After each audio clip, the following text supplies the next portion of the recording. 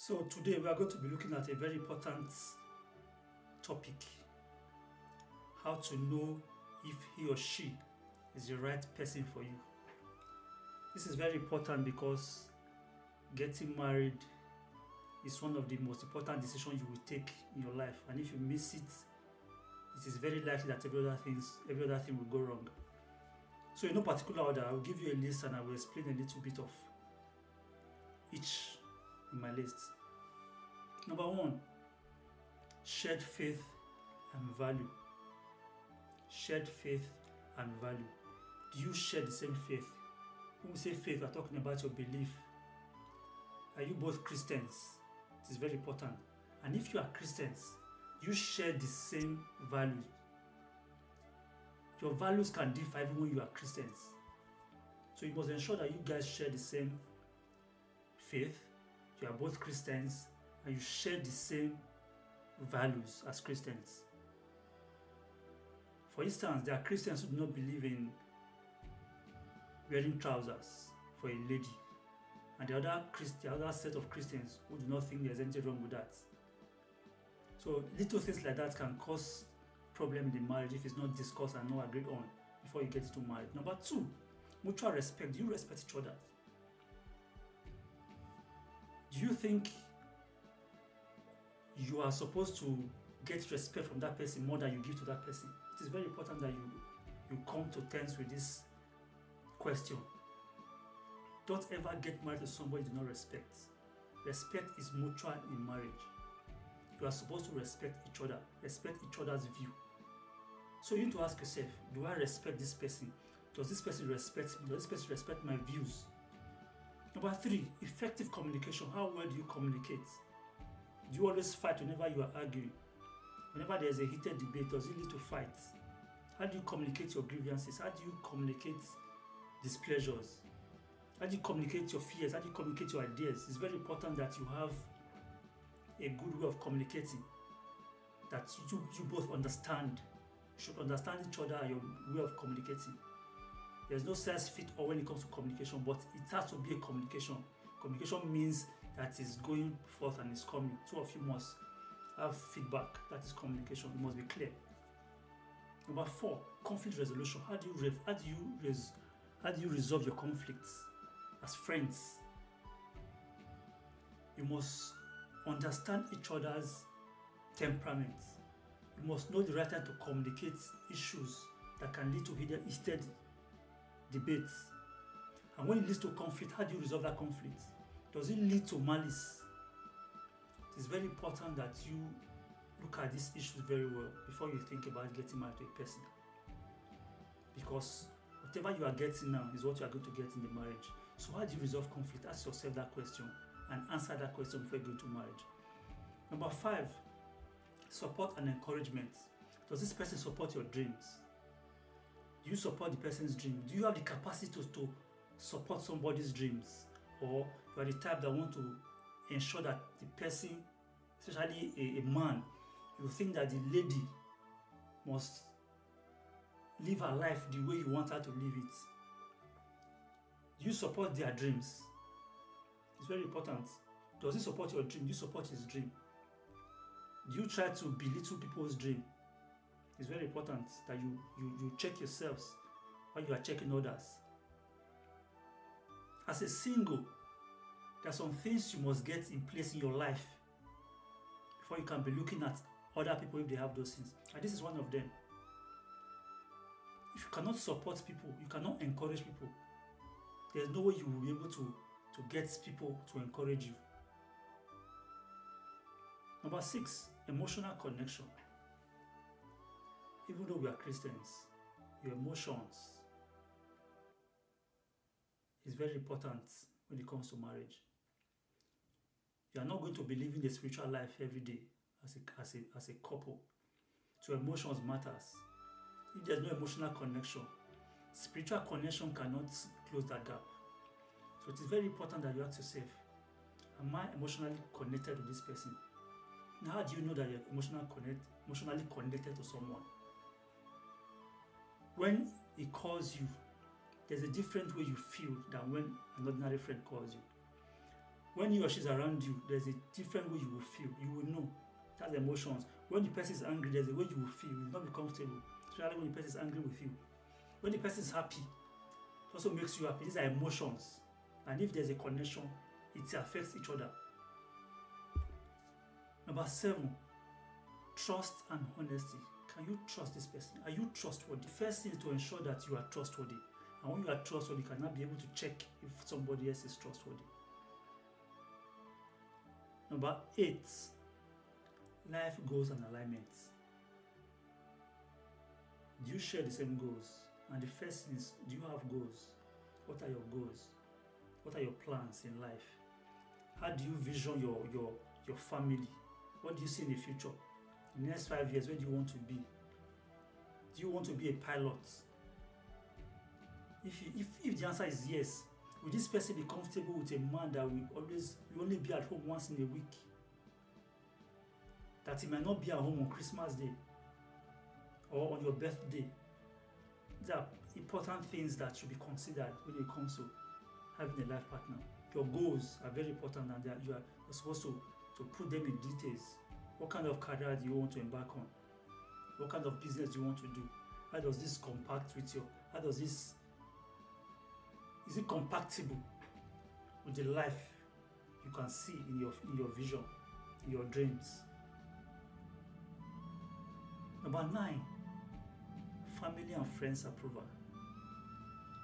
It is true that marriage is for two people coming together to become one, but you cannot leave family aside, especially your parents. You need to find out from your parents what they think about this person, whatever it may be, no matter how mundane you think their opinions may be. It is important that they are in the picture. There are some things that they may see that you will not be able to see because you are emotional. So you need to ask yourself, what does my father or my mother think about this person? And what are their reasons for this opinion? These are things that should be sorted out before saying yes to anybody. Number 10, personal growth. Personal growth is very important. What does this person think about personal growth? In terms of career, in terms of education, in terms of human relations, whatever it may be, there's always a room for improvement. Is this person the type of person that wants to improve in his life? Does this person want to do better things every day? Does this person want to learn a new thing every day? If you are the type that is driven by success, you need somebody who is also hungry for success. Number 11, prayer and discernment. It is very important that you pray along as you are going through this process. Prayer is very, very important. As a matter of fact, as a Christian, you should not marry except you have been able to discern the will of God concerning that marriage. You must not marry except you are able to discern the will of God concerning the marriage. You cannot get married and ask God to come later in it. You might find it difficult to find God. So it's important that you put God in the picture from the beginning. Very, very important. As a matter of fact, it's one of the most important things to do. Number 12, peace in your heart. Do you have peace in your heart when you think about this person as it relates to marriage?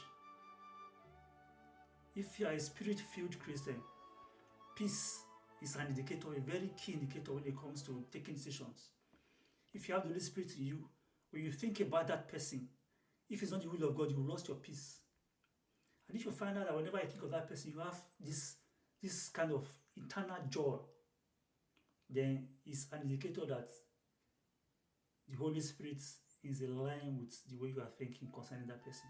So it's very important as a Christian that I'm talking about emotions now. I'm talking about spiritual discernment. That peace that cannot be explained, that comes when you are in tandem with the will of God and goes when you are contrary to the will of God. If you have grown a little in Christianity, in spirituality, you will be able to understand what I'm talking about. Number 13, shared interests and joy. Do you share the same interests? Do you like the same things? Out of 10 hobbies, it is very good that at least 5 you share 5 together. If he likes football, do you like football? Does he like outdoor games? Does he like eating out? Do you like eating out? Does he like visiting friends? Do you like visiting friends? So I think you should discuss to find out about your shared interests. The things you are interested in that he is also interested in. It is important you know these things. Number 14, responsibility and maturity. For you to be watching this video, it means there's a level of responsibility in you. It's only those who are responsible that will be thinking of how to know their right partner. So, is this person responsible? Is this person mature? Can this person handle issues? Is it a daddy's boy? Is she a mommy's girl? Can this person take an issue and sort it out together amicably without telling a third party? Especially when there are trivial issues. It's very important. Number 15, willingness to commit. One thing is to like somebody, one thing is to have crush. We must test that willingness to commit. Is this person ready to commit? There are ways to know if somebody's ready to commit. One of the ways to know if somebody's ready to commit is the things they discuss with you. If they are discussing future with you, it means they are ready to commit. If they are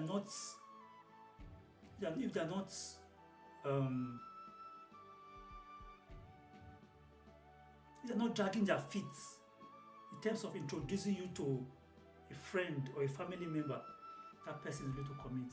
When the person is eager to introduce you to other people, the person is ready to commit. But when the person is hiding, you say, let's go to visit somebody, let's go to a particular birthday or something. The person is always dragging his feet or her feet.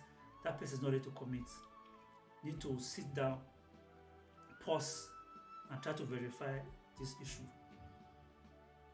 Number 14, handling of finances. Is this person extravagant? Does this person have plan for fund? Does this person spend without thinking? It is very important. Don't say this person will change when you get married. You need to understand how the person see finance. Is this person very secretive when it comes to finance? Is this person open to advice when it comes to finance? Is this person ready to share whatever they have with you? It's important that you find out these things. People do not change in marriage. People change before they get married. And if people cannot change these basic things, then you should have a pause and wait to see the person can change. Don't rush into marriage. It's very, very important that you do not rush into marriage. 17, dealing with external pressure. Pressures will come from different places. Pressures can come from office, can come from other communities, maybe like church communities, like peer pressures from friends. When you go out, maybe you go to the office and there was pressure in the office, can you contain that pressure before you enter your house? If you cannot, you're not ready for marriage. Because life is full of pressure. It is important that you try to ensure that you are able to keep external things external. Once you get to your doorstep, you should try as much as possible to leave those things behind and face your family. So if this person kind of person that always transfer aggression, somebody's offended outside, or even on social media, somebody insults you on social media, you pass it on to the person you are meeting in real life. That person is not ready for marriage yet. So that's some of the things that you should consider before getting married. It is very, very important that you go through this list. I wrote a book concerning this, how to know if he or she is the right person for you. Grab a copy on Amazon. You'll be glad you did.